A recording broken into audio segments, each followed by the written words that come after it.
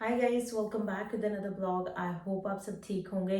मैं भी बहुत अच्छी हूँ। और आज का ब्लॉग होने वाला है कि ओंटारियो की पीएनपी के ऊपर, under the international graduate stream. जी हाँ, जैसे कि वैसे तो हमने बहुत सारी वीडियोस पहले से बना रखी है, but specifically international graduate stream पे हमने एक भी वीडियो नहीं बनाई। लास्ट वीडियो में हमने कवर किया था फॉरेन वर्कर स्ट्रीम। उससे पहले वाली वीडियो में हमने कवर किया था ह्यूमन कैपिटल जो स्ट्रीम थी, जिसके अंडर फेडरल स्किल्ड आती थी और कनेडियन एक्सपीरियंस आती थी। आज की वीडियो में हम बात करने वाले हैं इंटरनेशनल ग्रेजुएट स्ट्रीम के बारे में, जिसमें सब कंप्लीट स्टेप बाय स्टेप बात करेंगे कि कौन इसमें अप्लाई कर सकता है, क्या क्या इसकी रिक्वायरमेंट्स है, क्या क्या एलिजिबिलिटीज है, कैसे अप्लाई करना है। वो सारी चीज़ों के बारे में थॉरली बात करेंगे। और इस प्रोग्राम की एक अच्छी बात ये है कि अगर आपने 12th करी हुई है, मतलब +2 करी हुई है, ग्रेजुएशन नहीं है, आइल्स के स्कोर भी कम है या फिर सीआरएस स्कोर बहुत कम है, इसलिए थोड़ी सी टेंशन हो रही है कि अब क्या करें, तो ये प्रोग्राम आपके लिए होने वाला है। मेक श्योर आप इस वीडियो को एंड तक जरूर देखिएगा, कोई भी पार्ट इसका स्किप मत कीजिएगा। तो without wasting any more time हम वीडियो को स्टार्ट करते हैं। Let's go. तो फर्स्ट ऑफ ऑल, वीडियो को स्टार्ट करने से पहले मैं आपको रिक्वेस्ट करना चाहती हूँ, चैनल पे नए आए हो तो चैनल को सब्सक्राइब, वीडियो को लाइक एंड शेयर कर लो। और मेरे साथ अगर अपॉइंटमेंट बुक करना चाहते हो, मेरे साथ अपनी फाइल के बारे में डिस्कशन करना चाहते हो, तो आप मेरी अपॉइंटमेंट बुक कर सकते हो मेरे साथ, जिसका लिंक मैं आपको डिस्क्रिप्शन बॉक्स में दे दूंगी और उसका लिंक आपको मेरी इंस्टाग्राम की बायो पे भी मिल जाएगा। आप मेरे को मैसेज करके मेरी अपॉइंटमेंट बुक कर सकते हो। जब अपॉइंटमेंट बुक कर लोगे, एक मैसेज मुझे प्लीज छोड़ दीजिएगा कि आपने बुक करी है अपॉइंटमेंट, क्योंकि कई बार जो है अपॉइंटमेंट मिस हो जाती है, बट ऐसा कभी हुआ नहीं आज तक। But just in case make sure हो जाता है कि आपने अपॉइंटमेंट बुक करी है, तो फिर मैं उस चीज को ध्यान से मतलब दिमाग में रखती हूँ। ठीक है जी, तो ये तो हो गया अपॉइंटमेंट की बात। अब स्टार्ट करते हैं इस प्रोग्राम की बात। तो इंटरनेशनल ग्रेजुएट स्ट्रीम, जैसे कि आपको इसके नाम से भी पता चल रहा है कि जो इंटरनेशनल ग्रेजुएट्स, इंटरनेशनल स्टूडेंट्स हैं, जो जिन्होंने कनाडा से स्टडी करी है, मतलब इंटरनेशनल स्टूडेंट आए थे एज ए स्टूडेंट परमिट पे आए थे, स्टडी करी है, अब पीआर के बारे में टेंशन हो रही है, ये प्रोग्राम आपके लिए है। तो इंटरनेशनल ग्रेजुएट स्ट्रीम प्रोग्राम का नाम है। इस प्रोग्राम के अंदर सारे ही इंटरनेशनल स्टूडेंट्स अप्लाई कर सकते हैं। इसके अंदर +2 वाला भी अप्लाई कर सकता है, बैचलर्स वाला भी कर सकता है, और मास्टर वाला तो डेफिनेटली कर ही सकता है। उनको तो शायद जरूरत भी ना पड़े, वो तो शायद उनका तो जो डायरेक्ट एक्सप्रेस एंट्री होती है शायद उसमें ही हो जाए। ठीक है जी। तो अब सबसे पहले दिमाग में चीजें आती है, इसमें मेन जो चीजें हैं, पहले तो ओवरव्यू देख लेते हैं इसमें कि ओवरव्यू क्या है, कि ये प्रोग्राम एक पता तो चल गया कौन अप्लाई कर सकता है। ठीक है, ओवरव्यू क्या है कि रिक्वायरमेंट क्या है। ठीक है, तो सबसे पहले इसकी जो मेन रिक्वायरमेंट है, जैसे आपको नाम से भी पता चल रहा है इंटरनेशनल ग्रेजुएट स्ट्रीम है, तो मेक श्योर आपकी कनाडा की स्टडी होनी चाहिए, कनाडा में आपकी स्टडी की हुई होनी चाहिए। नंबर 2 पे आपको कनाडा में 1 साल का एक्सपीरियंस होना चाहिए अंडर द स्किल्ड जॉब जो होती है। स्किल्ड नॉक कोड इसमें जो है OAB आता है, जो कि अब टीयर बन चुका है। टीयर में आपका जो है 0 1 2 3, ये 4 कोड आते हैं, 0 1 2 3। इन चारों में से आपका जो टीयर कोड में आपका एक्सपीरियंस होना चाहिए कंप्लीट 1 साल का, ओंटारियो के एम्प्लॉयर से, ओंटारियो से एक्सपीरियंस होना चाहिए, क्योंकि ऑब्वियसली अगर आप ओंटारियो के पीएनपी अप्लाई कर रहे हो तो ओंटारियो के एम्प्लॉयर से ही आपका एक्सपीरियंस होना चाहिए 1 साल का। ठीक है, अब आगे बढ़ते हैं। इसमें वो तो मैं पहले ही बता चुकी हूँ कि आपकी 12वीं एजुकेशन कोई भी हो सकती है। अगर आपने बैचलर्स करी हुई है पहले, कि बैक होम से बैचलर्स करी थी, यहाँ पे आके 1 साल का या 2 साल का डिप्लोमा किया है। अब इस प्रोग्राम की बात ये है कि आपका जो डिप्लोमा है वो कंप्लीट 2 साल का होना चाहिए, फुल टाइम स्टडी होनी चाहिए, फुल टाइम स्टूडेंट होने चाहिए, पार्ट टाइम नहीं होनी चाहिए। अगर जैसे कोविड में कई बच्चों ने स्टडी ऑनलाइन करी थी, जहां आउट ऑफ कनाडा से करी थी, तो इस प्रोग्राम के अंडर आप तभी एलिजिबल होते हैं अगर आपकी 50% of the study in Canada में थी, मतलब इन साइड कनाडा आ चुके थे, यहाँ आके 50% ऑफ द स्टडी आपने कंप्लीट करी है, then only you are eligible to apply under this programme.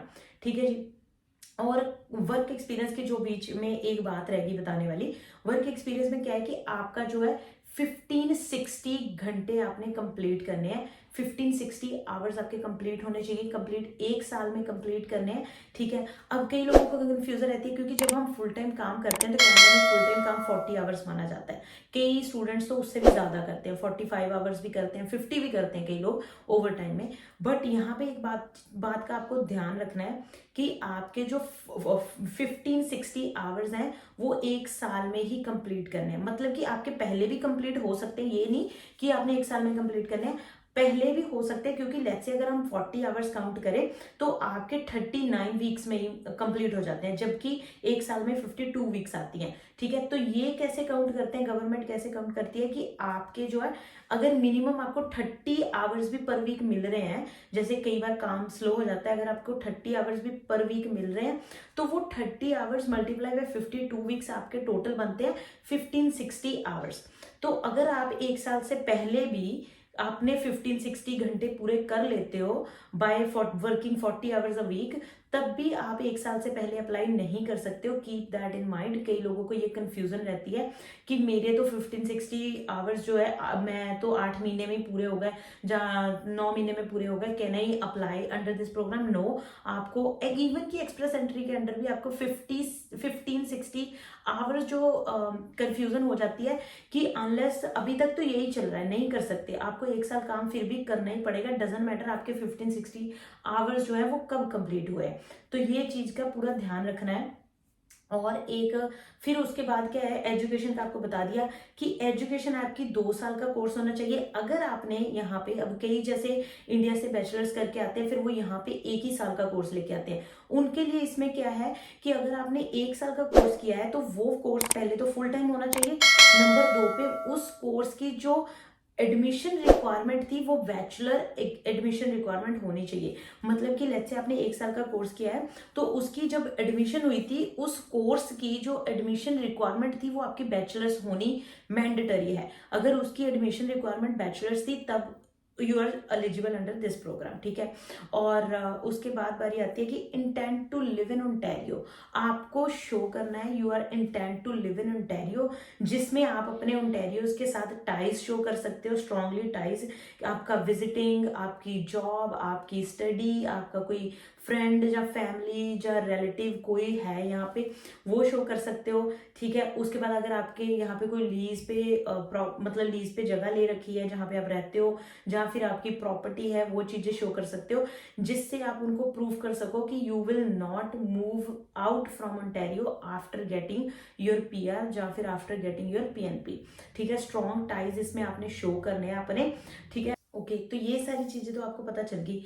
अब एक और बात है, जो आपकी जॉब है, नो कोड की जो आपकी जॉब है, वो जॉब आपकी लो मतलब लेवल वेज से ऊपर होनी चाहिए। मतलब इसमें मिनिमम $20 पे आप जॉब करते हुए होने चाहिए। अगर आपके $20 से लेस है आपकी जॉब तो आप एलिजिबल नहीं होते हो, और 20 या उससे अप, ऐसे 20 या उससे अप ही होनी चाहिए आपकी जॉब, तभी आप इस प्रोग्राम के अंदर जो है एलिजिबल होते हो। और एक और बात कि ये जो पोजीशन है आपकी, जिस भी पोजीशन में आप काम कर रहे हो, वो पोजीशन अर्जेंटली रिक्वायर्ड होनी चाहिए बाय द एम्प्लॉयर। मतलब कि आपकी जो पोजीशन है, उस पोजीशन की आपके एम्प्लॉयर को अर्जेंटली नीड है, ऐसा उसको मतलब शो करना पड़ेगा। ठीक है, और आपका जो काम है वो ऑब्वियसली ओंटारियो में बेस्ड होना चाहिए। मतलब your job should be in Ontario, कहीं और से नहीं होनी चाहिए। ऑब्वियसली ओंटारियो पीएनपी के अंडर अप्लाई कर रहे तो ओंटारियो में ही होगी, बट जस्ट लिखा हुआ है ये ऐसा वेबसाइट पे कि ओंटारियो बेस्ड ही आपका जॉब होना चाहिए। अब आगे बढ़ते हैं, एजुकेशन की बात हो चुकी है। ठीक है, और इसमें एक जो इम्पोर्टेंट चीज है, अगर आपकी जॉब ऐसी है कि उस जॉब के लिए आपको कोई लाइसेंस रिक्वायर्ड है, ठीक है, तो मेक श्योर जब आप इस प्रोग्राम के अंडर अप्लाई करो तो वो लाइसेंस आपके पास होना चाहिए, जहां फिर वो आपका लाइसेंस जो है वैलिड होना चाहिए। ठीक है जी, और एक intent to live in Ontario जो मैंने आपको पहले बता दिया, उसके बाद वो शो करना है। और मेक श्योर कि आपका जो स्टेटस है वो लीगल होना चाहिए on the time you are applying under this programme for Ontario PNP. और एक जो सबसे इंपॉर्टेंट चीज मैं इसमें आपको बताना भूल गई हूँ, वैसे तो मैंने पहले भी 1-2 बार पुरानी वीडियोस में ये बात शेयर करी हुई है कि जब आप इस प्रोग्राम के अंदर अप्लाई करते हो, जब आपकी स्टडी खत्म होती है, मतलब आपके जो क्रेडेंशियल्स हैं, जो आपने कनाडा में स्टडी करी है, वो स्टडी खत्म होने के बाद 2 साल के अंदर अंदर ही आपको अप्लाई करना होता है इस प्रोग्राम के लिए। अगर 2 साल पूरे हो जाते हैं, 2 साल से ऊपर टाइम चला जाता है, फिर आप इस प्रोग्राम के अंडर एलिजिबल नहीं होते हो। मेक श्योर जब आप मतलब आपका एक्सपीरियंस कंप्लीट हो जाए, फिर उसके बाद अगले 1 साल के अंदर अंदर आप इसमें अप्लाई कर दो। नहीं तो अगर 2 साल कंप्लीट हो जाते हैं, उसके बाद आप इस प्रोग्राम के अंडर अप्लाई करने के लिए एलिजिबल नहीं रहोगे। और ये तो जो मैंने आपको सारी चीजें बताई, ये तो एप्लीकेंट की रिक्वायरमेंट्स थी, मतलब आपकी रिक्वायरमेंट्स थी अगर आप इस प्रोग्राम के अंडर अप्लाई कर रहे हो। अब हम बात कर लेते हैं आपके एम्प्लॉयर की। जो आपका एम्प्लॉयर है उसकी क्या रिक्वायरमेंट्स है। जैसे मैंने लास्ट वीडियो में भी जो फॉरेन स्किल्ड वर्कर स्ट्रीम थी, उसमें भी मैंने शेयर किया था एम्प्लॉयर की जो रिक्वायरमेंट्स थी। इसमें भी एम्प्लॉयर की रिक्वायरमेंट्स कंप्लीटली सेम है। अगर वो आपने वीडियो नहीं सुनी है तो मैं इसमें दोबारा बता देती हूँ आपको कि एम्प्लॉयर जो है, एक तो आपका एम्प्लॉयर ओंटारियो बेस्ड होना चाहिए। नंबर 2 पे जो आपका एम्प्लॉयर है उसका बिजनेस 3 साल पुराना होना चाहिए, कंप्लीट रनिंग बिजनेस होना चाहिए पिछले 3 साल से। और जो इसकी एक इंपॉर्टेंट चीज है कि आपका एम्प्लॉयर जो है, अगर वो बेस्ड इन जीटीए है, मतलब ग्रेटर टोरंटो एरिया के अंदर है, जिसमें बहुत सारी मेन मेन सिटीज आती हैं। पील रीजन आता है जिसमें ब्रैम्पटन, मिसिसागा, मिल्टन ये सब आ जाता है। फिर उसके बाद आता है यॉर्क रीजन, फिर धर्म रीजन, मतलब ग्रेटर टोरंटो एरिया इसको बोला जाता है सारा। अगर तो आपका एम्प्लॉयर ग्रेटर टोरंटो एरिया के अंदर बेस्ड है, तो उसकी जो 1 ईयर की रेवेन्यू है, उसके बिजनेस का जो रेवेन्यू है वो $1 मिलियन होना चाहिए। अगर वो ओंटारियो के अंदर जीटीए के अंदर बेस्ड है। अगर वो आउट ऑफ जीटीए बेस्ड है तो फिर उसकी जो रेवेन्यू है वो $5 लाख होनी चाहिए, मतलब हाफ ऑफ द अमाउंट जो अंदर जीटीए के अंदर थी। ठीक है, अगर आउट ऑफ जीटीए आता है तो फिर $500,000, अगर इनसाइड जीटीए आता है तो $1 मिलियन। ये उसकी रेवेन्यू की रिक्वायरमेंट है, तभी वो आपको जो जॉब ऑफर देगा, तभी आप इस प्रोग्राम के लिए एलिजिबल होते हो। ठीक है, उसके बाद जो है आपका जो एम्प्लॉयर है, अगर वो जीटीए के अंदर है, उसके अंडर 5 एम्प्लॉयज ऐसे काम करते हुए होने चाहिए जो कि या तो पीआर है कनाडा के, या फिर वो कैनेडियन सिटीजन है। ठीक है, और जीटीए के बाहर की बात करें तो 5 की बजाय 3 चाहिए। 3 कनेडियन सिटीजन या पीआर एम्प्लॉयज चाहिए in order for you to eligible for this programme.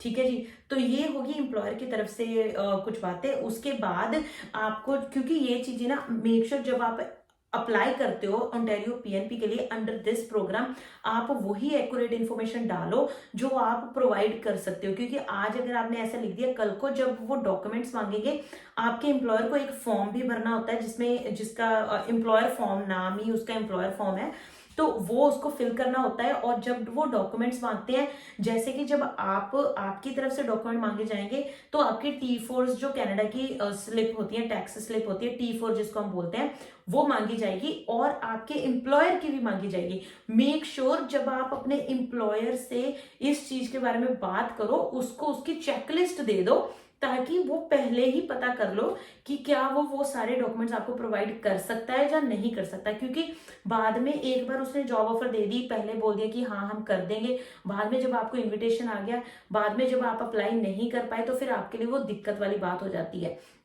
ठीक है जी, तो ये थी आपके एम्प्लॉयर की रिक्वायरमेंट्स। एप्लीकेंट की रिक्वायरमेंट्स मैं आपको पहले ही बता चुकी हूँ। उसके बाद आपने क्या करना है, अपना एक्सप्रेशन ऑफ इंटरेस्ट लिखना है। एक्सप्रेशन ऑफ इंटरेस्ट में आपने मतलब स्ट्रांगली कुछ ऐसी चीजें लिखनी होती है जिसमें आप उनको कन्विंस करो, शो करो कि आप ओंटारियो में ही रहोगे। पीआर लेने के बाद, आप जब पीएनपी आने के बाद आपका प्लान कोई चेंज नहीं होगा ओंटारियो से बाहर मूव होने का। तो मेक श्योर आप स्ट्रॉन्ग एक एक्सप्रेशन ऑफ इंटरेस्ट बनाओ, क्योंकि उसके बेसिस पे ही आपको जो है अपनी पीएनपी का इन्विटेशन आएगा। तो जैसे आप सबको पता है कि सीआरएस, जो एक्सप्रेस एंट्री का सीआरएस स्कोर पे वो बेस्ड करती है एक्सप्रेस एंट्री, वैसे ही ये जो आपकी ओंटारियो पीएनपी है, इसका भी अलग एक ड्रॉ निकलता है हर टाइम। ठीक है, तो ये भी ओंटारियो की जो पीएनपी है, ये भी स्कोर बेस्ड पे ही रिलाई करती है। मतलब इसका ये एक अपना अलग से ड्रॉ निकलता है जिसके बेसिस पे आपको इन्विटेशन आता है। तो आपने जब एक्सप्रेशन ऑफ इंटरेस्ट डाल देना है ontario.ca की वेबसाइट पे, आपने अपनी प्रोफाइल क्रिएट करनी है, उसके अंदर आपने अपना एक्सप्रेशन ऑफ इंटरेस्ट डाल देना है।